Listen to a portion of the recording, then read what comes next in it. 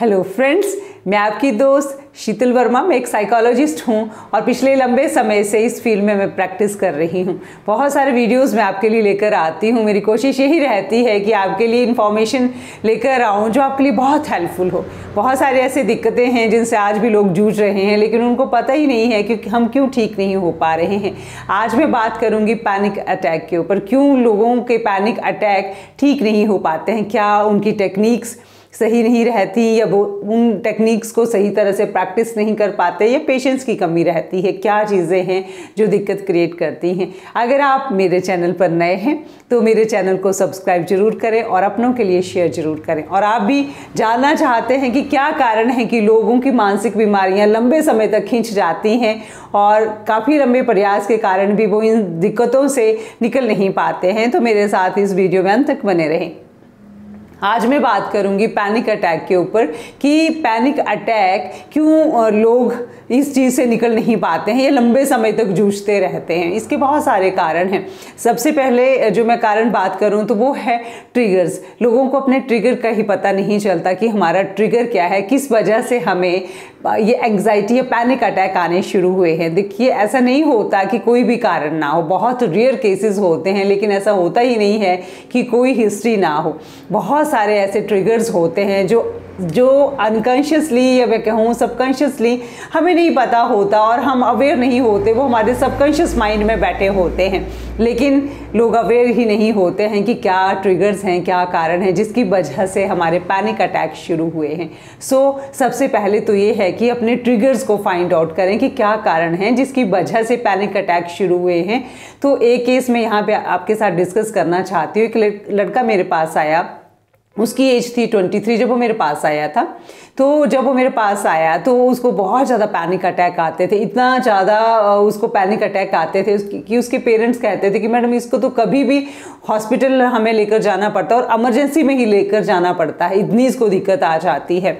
तो उसको बच्चे को पता ही नहीं था, उस लड़के को, कि मेरे या पेरेंट्स को कि ट्रिगर्स क्या हैं। जब केस हिस्ट्री ली गई, बहुत डिटेल में बात करी गई, तो एक चीज़ निकल कर सामने आई कि जब उसकी उम्र 16 साल की थी तो उसके दादाजी जो थे उनको उसके सामने हार्ट अटैक आया। वो बच्चा भी घर पे ही था, तो उसके सामने उनकी तबीयत बहुत ज़्यादा ख़राब हो गई। उनको बहुत ज़्यादा चेस्ट पेन होने लगा, बहुत ज़्यादा वो पीड़ा में थे, बहुत ज़्यादा घबराहट होने लगी। और वो भी अपने दादा के साथ हॉस्पिटल गया, उसको भी साथ वो लेकर गए और पूरे रात से उसने अपने दादाजी की वो तकलीफ़ देखी। और जैसे ही वो हॉस्पिटल में पहुँचे तो अभी हॉस्पिटल के डोर के ही बाहर उसके दादा की डेथ हो गई। ये सारा सीन वो बच्चा देख रहा था, वो लड़का देख रहा था और अपने इमोशंस को वो कभी किसी के सामने एक्सप्रेस ही नहीं कर पाया। 16 साल का था जब उसने ये सारी चीज़ें देखी। अब वो 23 साल का है। इतने सालों तक, 7 सालों तक वो इन चीज़ों से जूझता रहा, इस इमोशनल पेन से, इस डर से। सबसे बड़ी बात फियर और डर जो एसोसिएट था कि हार्ट अटैक ऐसा होता है और मुझे भी हो सकता है, मुझे भी बीमारी हो सकती है और मेरा भी यही हाल होने वाला है। उस वजह से धीरे धीरे इसका जो पैनिक अटैक थे वो धीरे धीरे बढ़ने लगे, क्योंकि इसका डर एसोसिएट हो गया। जब कभी भी इसको थोड़ी सी घबराहट होने लगनी या कुछ, तो इसको भी लगता कि अब मुझे भी हार्ट अटैक आने वाला है, क्योंकि मुझे भी चेस्ट पेन हो रही है, क्योंकि मुझे भी घबराहट हो रही है। और ये चीज़ें इतनी ज़्यादा बढ़ गई कि उसके पैनिक अटैक बहुत ही ज़्यादा बढ़ गए। 23 की एज तक आते उसकी हालत ख़राब हो गई। सबसे ज़्यादा इंपॉर्टेंट है पहले अपने ट्रिगर्स को फाइंड आउट करना, क्योंकि अगर ट्रिगर्स का आपको पता चलेगा तभी आप उन चीज़ों को ठीक कर पाएंगे। हमें उसका ट्रिगर मिल गया कि उसके दादाजी की जो डेथ और वो सारा सीन उसने देखा, वो डर जो था उसकी वजह से इसका जो था वो पैनिक अटैक का कारण ये बना। ये ट्रिगर्स हैं। सबसे पहले तो अपने ट्रिगर्स को आप फाइंड आउट करें, फिर अपना फियर्स, अगर कोई फियर्स एसोसिएट हैं तो उन फियर्स को देखें कि वो क्या डर हैं और वो डर लॉजिकल भी हैं। देखिए, हर डर जो है वो रैशनल नहीं होता। बहुत सारे ऐसे फियर्स हैं जो इरैशनल होते हैं। चलो, इस डर के साथ तो हम कह सकते हैं कि ठीक है, लेकिन वहाँ भी किसी ने इस बच्चे को लॉजिक नहीं दिया कि उसके दादा की उम्र बहुत ज़्यादा थी और उनको पहले ही हार्ट प्रॉब्लम थी और उन्होंने अपनी देखभाल नहीं करी, सही से खान पान का अपना ध्यान नहीं रखा, तो उनको इस तरह से हार्ट अटैक आया।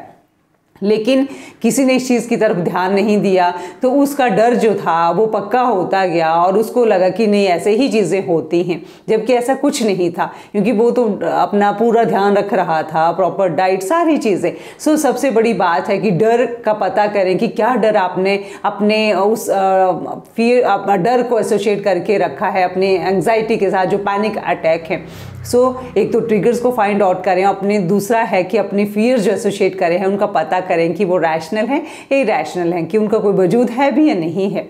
ये चीज़ें जानना बहुत ज़रूरी होती हैं। लोग इन कारणों को फाइंड आउट ही नहीं कर पाते। कभी कभी लोगों ने बिलीफ सिस्टम भी ऐसे जोड़े होते हैं कि ऐसा होगा तो ऐसा ही होगा। बहुत सारे ऐसे फैक्टर्स रहते हैं जिनकी वजह से लोग अपने पैनिक अटैक को ज़िंदगी भर ठीक नहीं कर पाते।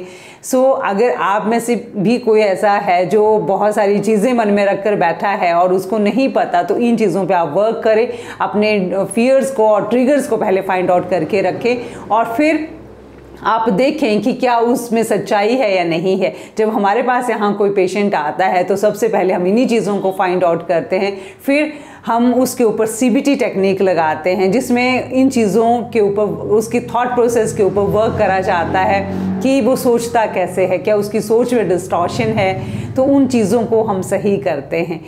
अगर आप इस तरह की प्रॉब्लम से जूझ रहे हैं तो आपको भी पेशेंस रखनी है, चीज़ों को समझना है और लॉजिकली सोचना है चीज़ों को। आप देखेंगे बहुत अच्छे रिजल्ट्स आपको मिलेंगे। या आप कहीं थेरेपीज़ ले रहे हैं, काउंसलिंग ले रहे हैं, तो आपको इन चीज़ों का नॉलेज होना बहुत ज़रूरी है, क्योंकि लोग अवेयर नहीं होते।